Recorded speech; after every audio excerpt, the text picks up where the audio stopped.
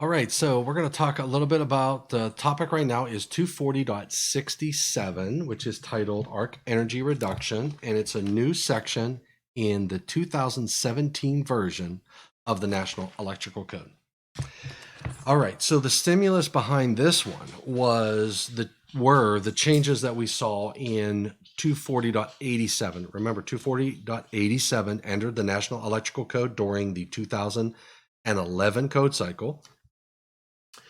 And it saw a couple changes between the 2011 and the 2014 cycle. And now in the 2017 cycle, they said, look, the fact that you have these large overcurrent protective devices, whether it be a breaker or a fuse, we still have similar issues with incident energy. Now, the challenge with the fuse is obviously that a fuse does not have an electronics. All of your circuit breakers that are 1200 amps and above have electronic trip units. And the electronic trip unit is what gives the ability to have an arc reduction maintenance switch or to have zone selective interlocking as a part of those, or an adjustable instantaneous regardless. I mean, it is a microprocessor based solution that is very flexible. Now, a fuse, on the other hand, is a simple device. The only thing you have inside of a fuse is an element that does not have electronics. So this element is very simple in its job, and its job in life is to open during short circuits or overloads. And arcing currents could be in the very long time region of a fuse, especially these larger class L fuses. So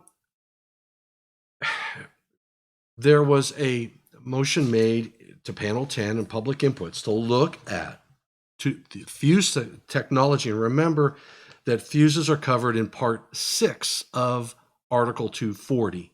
And so they introduced 240.67, copied the exact same title as 240.87 because it's about arc energy reduction. You can't use the exact same language that you have for circuit breakers because there's no adjustments on a fuse. It's a 1200 amp fuse, period. So the way this language reads, it says where fuses are rated 1200 amps or higher. So we don't have to do or can be adjusted or anything like that because it's a fuse. There's no adjustments. When they are installed, then this kicks in. So it's very clear with regard to the first level of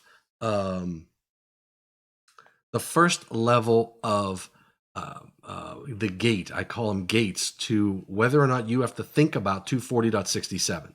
So the first gauge is it a 1200 amp fuse? If it is yes, then you can proceed. If it is less than 1200 amps, then you're not in 240.67. So that's the first gate.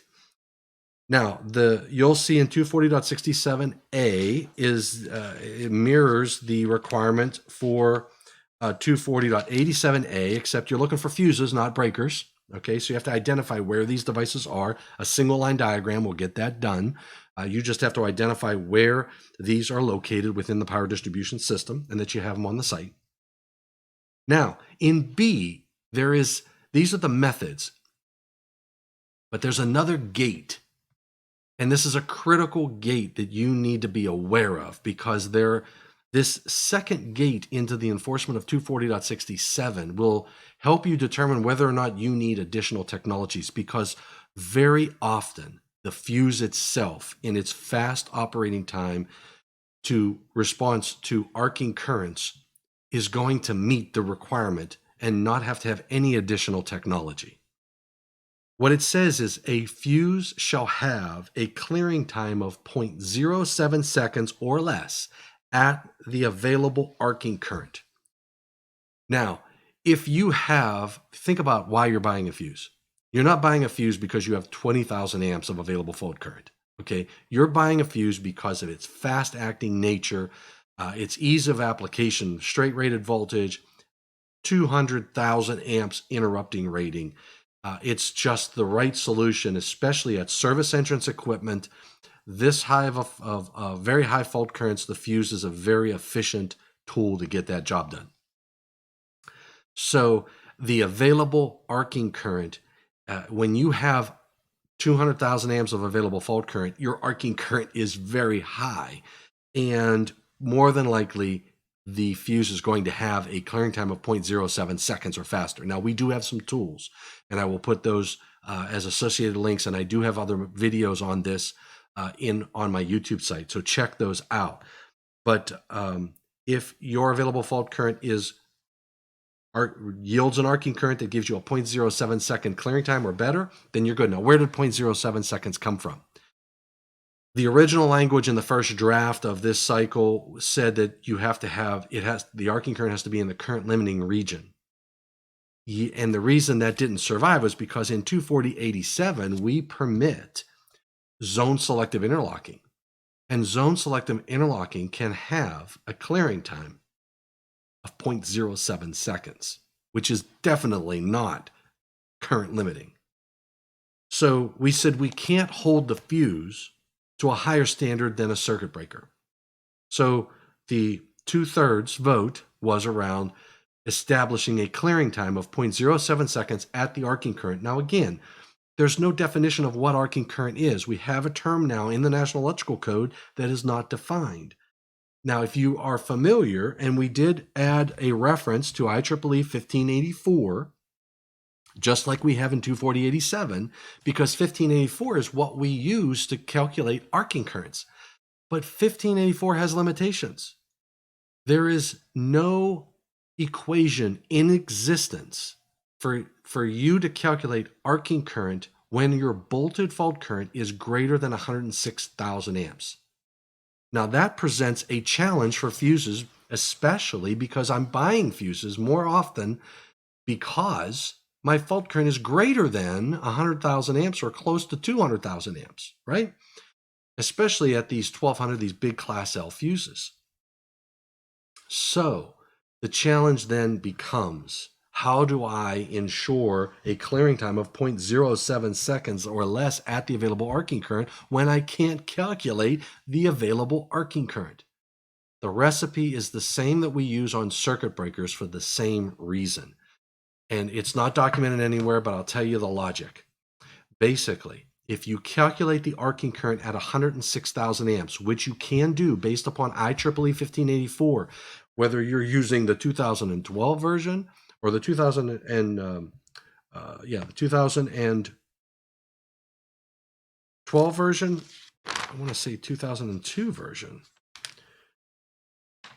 the first version or the 2018 version. I think it is 2002 because it took a lot of years to get us to have a 2002 version of 1584. Whether it's the 2002 version of 1584 or the 2018 version of 1584, the limit is 106,000 amps, so you can calculate arcing current at 106,000 amps. And that will be at an available fault current.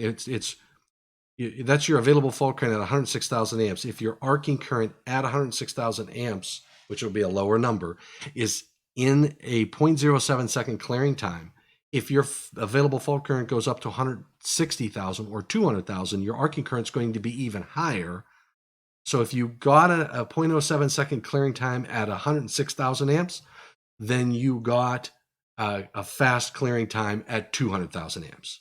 So if you don't get a 0.07 second clearing time at 106,000 amps, then you're going to need a technology, because you can't prove to anybody what the arcing current is at 150 or 200,000 amps, even though you know in your gut that it's good to go. So, and the Ralph Lee method that we use for calculating personal protective equipment will tell you you're good to go because you have a very low incident energy number. But I can't, based upon the language that's in the National Electrical Code, tell you that for a 200,000 amp available fault current, you can use the Ralph Lee method, even though 70E says you can do that. The language here says you have to show that the arcing current has a clearing time of 0.07 seconds or faster. So that's the recipe, and this is the requirement. So any fuse, 1200 amps or above, but not for greater than 1,000 amps, 1,000 volts, right? So the other change in the 2014 cycle was that they added up to 1,000 volts. So parts 1 through 7 apply to fuses, or part 6, which is your cartridge fuses and fuse holders, applies to fuses up to 1,000 volts. This isn't a medium voltage application. So 1,000 volts and less, that's basically what your 1,200 amp or greater fuses, that's what 24067 applies to. Now, the other important thing is, in the 2017 code, because of the challenge for 240.67, and the fuses don't have that solution, you have to put that on the shoulders of the switch manufacturers. The 240.67 language in the parent text says, this requirement shall become effective January 1st, 2020.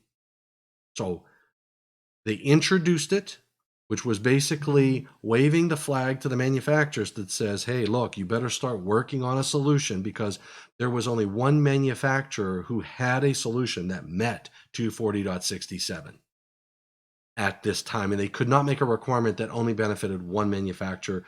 So they gave the rest of the manufacturers 3 years to get that done.